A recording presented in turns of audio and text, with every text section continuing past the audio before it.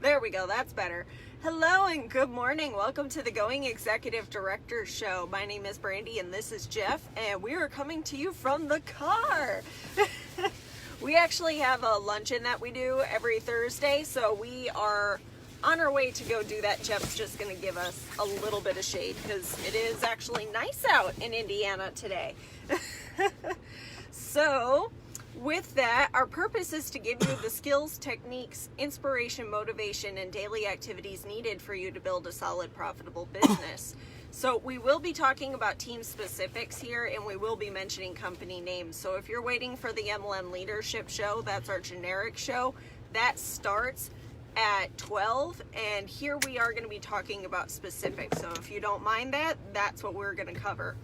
So we have been going over John Maxwell's 21 indispensable qualities of a leader.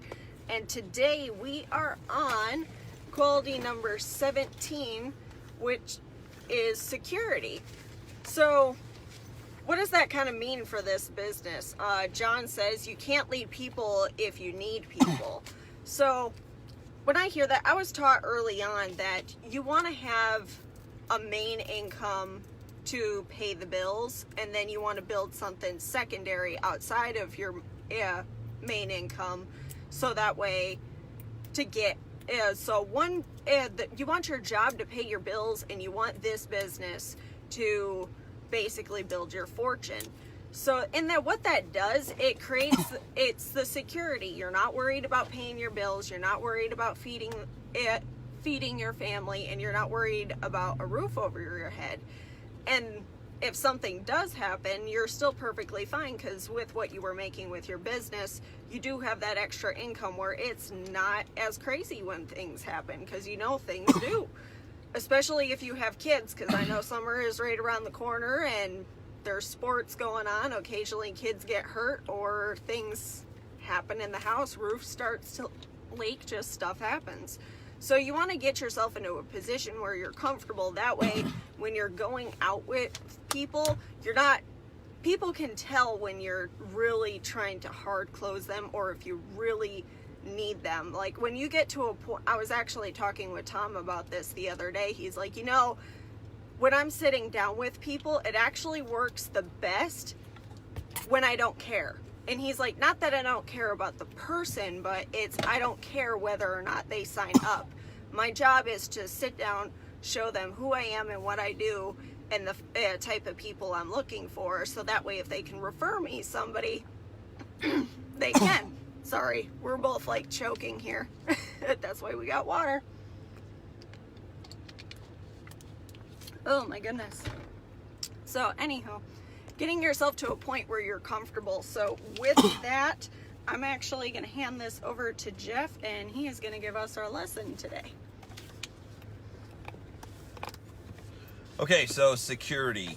It is a leader's job to basically create security for his or her followers. It says you can't lead people if you need people. Brandy went over that, and it says no man will make a great leader who wants to do it all himself and get all the credit for doing it. So John has a couple different lessons here that we want to share with you. First of all, insecure leaders have several common traits. They don't provide security for others. So by not providing security for others, Drake's with us. What's happening, sir? By not providing security with others and helping out, Donald, how you doing? You basically create an environment where people don't feel safe. And if you create an environment where people don't feel safe to be around, and we're not talking about like physically safe, oh my gosh, somebody's going to do physical harm to me. We're talking about safe. Aaron, how are you? We're talking about safety in the fact of you're going to be there. You're going to be around. The company's going to be around. The industry's going to be around. A lot of people are shaken up by a company or a person that decides to go do something else. Guys, in the NFL, happens every day. People decide to retire. In the business world, there's companies every day that decide to close their doors and go elsewhere. So that's not abnormal. But your job is to create security for the people around you and your team, letting them know you will be there. You're basically planting your flag and saying, this is me, this is who I am, this is where I'll be, this is what I'm doing. Long-term, legacy-based thinking. 2, insecure leaders, they take more from people than they actually give. It's always about, I need this, I want this. You want to be the type of leader that creates security where you don't necessarily need anything from the people, but being around them, you're able to give back, you're able to help out, you're able to give, equip people, here's the right information, here's where to go. Whether they're on your team or not on your team, whether they're in your company or not on your company, you're able to help them, and that's really the focus. 3, they continually limit their best people. So insecure leaders don't want others going out and doing it themselves. Only secure leaders want their new people to basically equip themselves to be able to succeed. We were just talking about this the other day. We want our people to be independent. We want our people to be independent as soon as possible. We want, them to have the ability to present the opportunity by themselves without having any other, things necessary to be able to build with. Not that they don't need a tool afterwards to be able to follow up, or they don't need backup, but they're on their own where they can contact somebody, they can present, they can actually sign somebody up without having anybody else there. 4, they continually limit the organization. Now, this is what insecure leaders do. Insecure leaders limit their organization, limit the speed at which they can go. They limit the growth in which they can have. They limit the vision that, is being provided. They limit everything, but it takes so long. A lot of people will do this specifically to their area. Geographically, they'll be like, oh, you have to understand, in the Midwest, it's just slower here. In the Midwest, people just don't grow as fast. In the Midwest, just all these different things that people say. I mean, it's unbelievable. But what if you could break that pattern? What if you could provide security for an environment, for a group of people? And when you're able to provide security for a group of people, and they know it's the same, the luncheon's going to go on regardless, the open house is going to go on regardless, all of a sudden, providing that security, things start to happen. So it says, bringing it home, to improve your security, do the following. First of all, know yourself. What are your weaknesses? Where are you going to fall short? So that way you can bring others in to cover those areas. Or, something you need to work on, some kind of system you need to put in place to ensure that you don't drop the ball. I don't know if any of you have ever done that before, but I'm going to raise both hands and be guilty. 2, give the credit away. Give away credit. You're going to give away credit to those that credit is due. That's where promotion comes in. That's where recognition comes in. Hey guys, what I want to do is I want to get myself out of the way, and I want to bring up somebody who knows the business. Shamala's here. So we were talking about this yesterday, is being able to give away the credit. How do you do that physically? You're going to do that by basically introducing others. You're going to have others do the recognition. You're going to have others do a testimonial. That's really, I think, where it starts. Testimonials, you give your name, you give your background, you give your name, you give where you're from, you give your background, and then last, you're going to talk about what you like, what you love, or what you see this doing for you. So for instance, I gave an example, Jeff Gamble, Indianapolis, Indiana. My background actually is an entrepreneur, but I've built real estate business. We built a holistic practice. We built a marketing company. But real estate's really where I started. And the reason I loved network marketing and direct sales, when I saw network marketing and direct sales, that's when I first saw it. I was in real estate. The reason I liked it is I would get a real estate agent's card, and I would look at them, and they'd look like glamour shots. They'd look like a model on their card. And then I'd meet them in real life, and they'd look like Gollum from Lord of the Rings. I was just like, what happened to this person? And what I realized is his realtors don't retire. Realtors just die showing houses. I was like, that is not where I want to be. So what I saw about this business and what it could do for people is being in a situation where I could actually walk away. I saw people walking away. I was like, okay, here's where we can build an income to create our own portfolio of houses. Here's where we can build an income to create our own security, where we don't have to show up anymore. We don't have to cater. We don't have to drive around. As much as some people love to do that, eventually it gets old for most people. Eventually you don't want to go on 100 appointments. Eventually you don't want to hear 100 excuses. Eventually you don't want 100 deals blowing up in your face, because it is nerve-wracking, especially when things go wrong. The worst thing that can happen in direct sales or network marketing, somebody's like, I don't want to do this anymore. But when you have 1,000 people on your team, see, when you only have 2 people on your team and somebody quits, you're like, oh man, that's awful, because it's 50% of your team. When you have 1,000 or 10,000 people on your team and somebody decides not to do it, you're like, I mean, that sucks for them, but oh well. I mean, that's just the way it is. It doesn't even affect your income at all. Have a closing not happen. You know, in real estate terms, when a closing doesn't happen, most people that devastates. So I just like the security factor of it. The last part is John says, get some help. You know, to be a secure leader, you want to get some help. You want to get some good people around you who are able to provide and help out and build with you, not you doing all the work. So the takeaway here, how do you build security? You build security for yourself basically by taking care of your basic human needs. Food, water, shelter. When you take care of food, water, shelter, you're then going to go from food, water, shelter to the next level, which is safety and security. So safety and security not only is an environment that you need to provide inside of your own life, but inside of your own business if you expect it to grow and build. So the easiest way that I look at this, to be able to do this for yourself, is you have to do it for yourself first to be able to provide it for everybody else. If people feel that you're not secure, meaning your food, water, shelter is questionable, your safety and security is questionable, you don't know where you're at day to day, you don't know what's going to happen from, 1 minute to the next, that's a shaky situation to be in, and you don't want to stay in that environment, and others don't want to stay around that environment. That's why it's hard to make great friends when things, aren't good for you. For a long time, I didn't have my base set.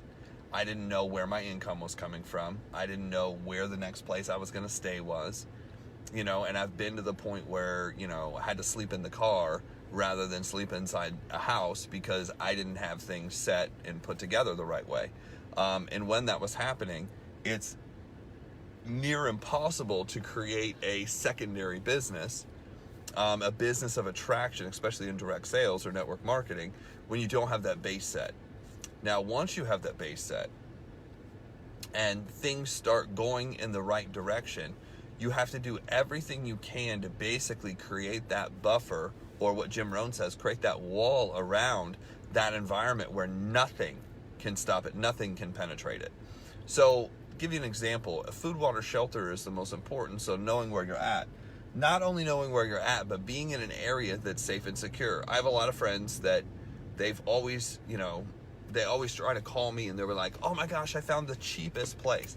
I said, well, there's certain things that come with the cheapest place. There's certain people that come with the cheapest area to be in. You end up with break-ins. You end up with, certain things happening, scary environments. If you have to run from your car to your house to unlock it as fast as possible to get inside to make sure nothing else happens, that's not a secure environment. And it doesn't mean you have to be inside of a fortress either, but there are a difference in neighborhoods. I've experienced that firsthand being in a, not so safe neighborhood. We had a friend that was like, oh my gosh, I found this best place. It's $200 cheaper than everywhere else. I think it was within 2 weeks, her car was broken into and her camera equipment was stolen, and her camera equipment was worth thousands of dollars. I said, so to save $200 a month, you just cost yourself thousands of dollars, but even more than that, cost herself her secondary income. Because that's what she did on the weekend, is she actually took pictures at weddings, and she was no longer able to do that because all the camera equipment was stolen. So obviously not the smartest thing in the world, not the best idea in the world, to move to a place that's the cheapest. Some people are like, well, I'm going to buy the cheapest. They won't buy anything of quality, anything that's going to be around. That's an issue. That's a problem, right? Because when you go out and you're in a business of attraction, people don't necessarily respect you for buying the cheapest thing. I mean, think about it. If we were looking at celebrities, if we were looking at movie stars, if we were looking at successful business people, would you respect them because they're always buying the cheapest thing? You know, they have the cheapest car, they roll up in something, you know, instead of the limousine that looks one color, they roll up in a limousine that has 14 different colors. It has 4 different rims, 4 different tires. You know, things are like falling off, hanging off, smoking off. I mean, is that really how you're going to attract great people? Probably not. Probably not. You want to provide that security. So getting into an area where things are secure, income-wise, you know, looking for, I think specifically looking for incomes that are solid. When you find incomes that are solid, that come in regardless, every single day, every single week they're coming in, and you might even need more than one income. You know, some people, they have a sales-based background, so their income comes up and down, and then they have a secondary income that's stable, that's like, I'm going to do this so I have enough money coming in to pay all the bills, and then I'm going to do the secondary income that's sales or network marketing or whatever. I mean, and that's usually what I teach people to do, is you're able to not only create a secure environment where you live and the people that you're around and the places you go, and that's another thing, the people you're around and the places you go. I mean, you talk about creating security. Nothing will tear your security down faster other than living in a scary, dangerous place. Nothing will tear your security down faster than hanging out with people who also have that problem, who are on shaky ground consistently. Meaning they don't know where their income's coming from, they don't know where they're going to stay. I mean, it creates insecurity, and it creates an environment and a vibration that does not attract the right people. And that's a lot of times why people are like, I don't know why I keep running into these people. It's because your environment, the vibration that's being given off. I mean, have you ever been around somebody who's like super on edge, super nervous because they don't know where their income is, super nervous because they don't know where they're unstable? And I'm not talking about like mentally unstable, although, you know, if you know the right people, some of them are mentally unstable, as well as physically unstable, as well as financially unstable. And the vibration they give off and the damage it does to everything around them, if you've been around this, you're going to attract negativity. You're going to attract scary people, I mean, would be the best way, and scary environments. And we're talking about specifically how to build a business. I mean, imagine being around that and trying to build a business, how hard that would be. That's why, you know, the suggestion always is show me your friends and I'll show you your future. You become like the 5 people you spend the most time with. So you have to get around better people. And one of the ways to evaluate if you're around better people is do they have a safe, secure environment? Are they in a position where their money is coming in? Financially, they're secure. Their place, the way they live, you know, is secure. They're not going into the danger zone on a regular basis where you have to worry about them, you know, because there's certain jobs, military and, you know, certain operations that are scarier than others. You know, I've got friends that work for the police force. I've got friends that work in the military. I've got friends that work in kind of scarier environments. And it's like, yeah, their income's secure, but they walk out the door every day not knowing what's going to happen. And some people, like I've got a friend that's a fireman, and he decided to move to this one Firehouse 10, which is in a area where a lot of stuff goes down, Shadeland and 10th Street. It's an interesting area in Indianapolis where stuff can go wrong. Constantly there's a shooting, constantly there's a fire, constantly there's just insane stuff going on. To give you an example, this place is not only fenced in with barbed wire to get into it with, you know, face recognition, locks and everything like that. This is a firehouse. But then once you get on the grounds, it's all lit up 24/7 plus cameras to ensure that if somebody does get over the fence, I mean, this is kind of how scary it is. They're expecting people to get through the first line of defense and get through there. And then everybody inside, you got an armed guard that hangs out as well. I mean, that's a crazy environment to be in. And then they're there to save and help the people in that environment. I mean, so it's exciting. It's fun to be around. But for some people, that's not an environment to build a business around. Some people's life, crazy enough, is actually scarier than that. And then they're wondering why they're having these issues building their business. Something you really have to look at. So if you want to build security inside of your business and inside of your life, once you get the basics down, food, water, shelter, you know where your income's coming from, you know where you're staying, then you start building that cushion, that padding. Dave Ramsey, who, you know, I don't believe everything that he says, but he does make a good point. He's like, people who have that extra $1,000 put away sleep different than those who don't. So the next thing is putting away enough money where there's a cushion there where you can sleep knowing that if something happens, you're fine. You know, you go from $1,000 and maybe the next goal is $2,000. And then you want to double again to $4,000. Then you want to double again to $8,000. Imagine putting away $10,000 just in case you have access to where, you know, if your bills are $2,000 a month, now you have a couple months put away. You know, 5 months. If you get to $12,000, you have 6 months put away.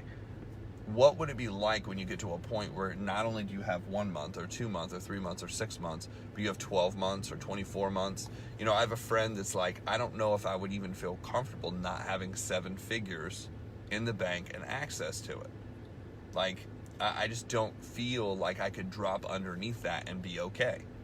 So it's a different standard. It's a different level. I mean, I don't know how you'd sleep, but at 7 figures, you should be able to sleep pretty good, as long as the ratio works. And what I mean by the ratio is how fast would you burn through that being in the situation you are. Grant Cardone said recently, you know, it used to be $1 million was the standard. He's like, when I grew up, $1 million was the standard. If you had $1 million, you could basically live indefinitely without needing anything for 2 reasons. First of all, people didn't live as long. And second of all, things didn't cost as much. So if you had $1 million, you know, he's 60 now.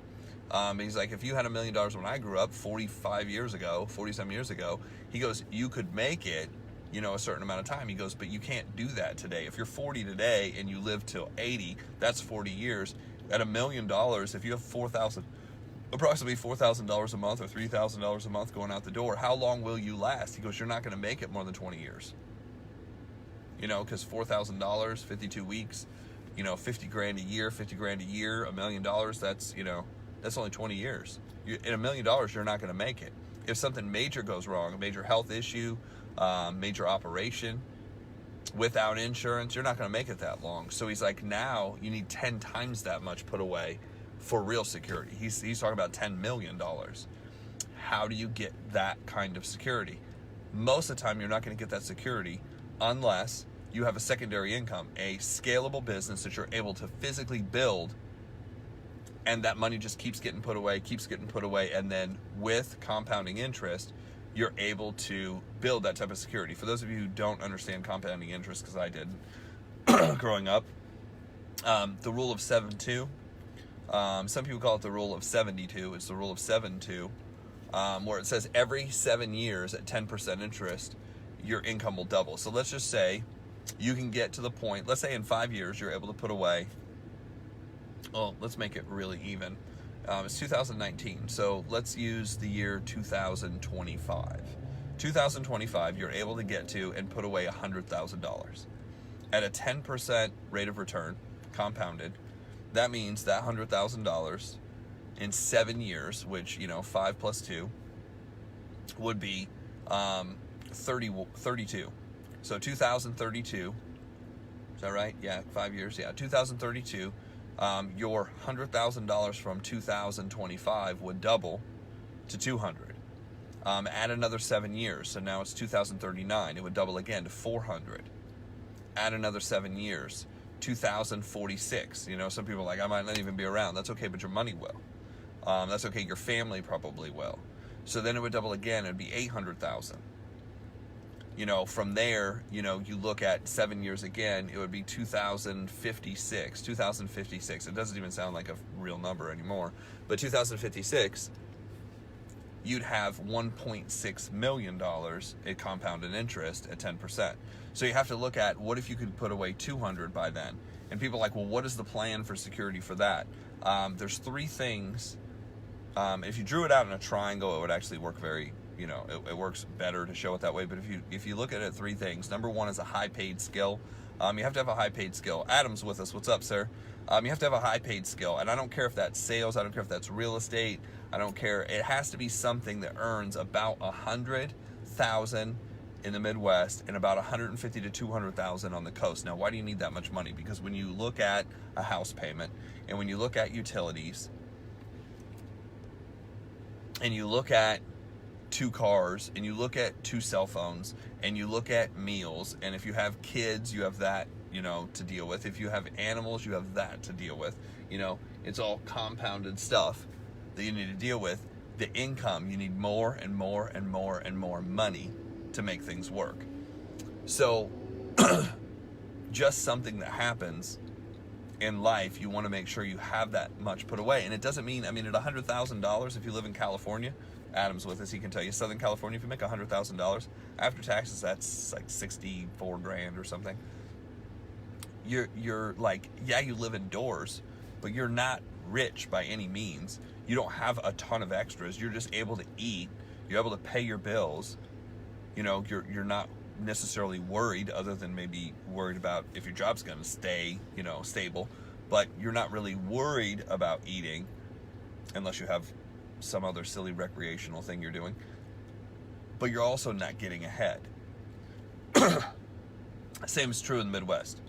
You can have a house, you can have 2 cars, you can have 2 cell phones, but that majority of the money gets eaten up.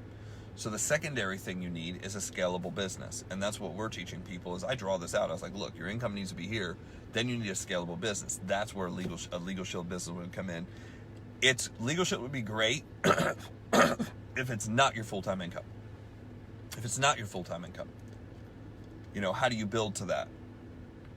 You use the money you'd make from Legal Shield and dump it into something else. What would you dump it into? Would you dump it into stocks? Maybe, if you know that game. Robert Kiyosaki says that's the riskiest thing you could possibly do. That's gambling with your money. The stock market, as good as the numbers are, that's the riskiest thing. He says you don't see most wealthy people dumping their money into insurance programs. Most wealthy people don't play the financial game like that. They'll go out and own something. Sophia's with us. They'll go out and own something. What will they own? They'll own a business of some kind. They'll own real estate. They said real estate's made more millionaires than anything. They'll own real estate. Typically, they have something physical that isn't going away. Robert Kiyosaki said it like this. He's like, I own 4 metals. He goes, I like the metals. I like gold, silver, guns, and bullets. He's like, that's what I would invest in. He's, also a comedian. Because obviously he served in the military, he's gonna say that. But that's what he invested in. The question is if you have a high-paid skill and you have a scalable business, what would you invest in? What would you invest in that's gonna go up in value? Would it be real estate? Would that be something you'd get into? Would it be land that you'd buy and sell? What asset would you buy? Would it be Coke machines? Would it be, some other kind of business that spits off cash? It's totally up to you what you go into, but that was the plan. Dan Luck says this is a plan where super wealthy people get ahead. Number 1, high-paid skill. Number 2, scalable business. Number 3, the scalable business's income goes into the business that's high ROI. That kicks off the money to be able to replace your job. Once you replace your job, now you have your scalable business and you have the high ROI. You still have 2 incomes. You still have multiple streams. From there, you can build others. So that's what I have for today. That's how to build security long-term. Obviously I'm not a financial advisor, but I look into these things. I read about these things. This is a plan that I have my high-paid skill. I have the scalable business. We have real estate. That's what we do. That might not be your plan, but it's very scalable. It's very teachable, and we can take it anywhere in the world, and it works anywhere in the world. So with that, guys, I hope you got a lot out of it. Again, every day, Monday through Friday, we go through the 21 qualities of a leader by John Maxwell. That's what we're going through this month, so we appreciate you for jumping on. Thanks for joining us, and we'll talk to everybody real soon.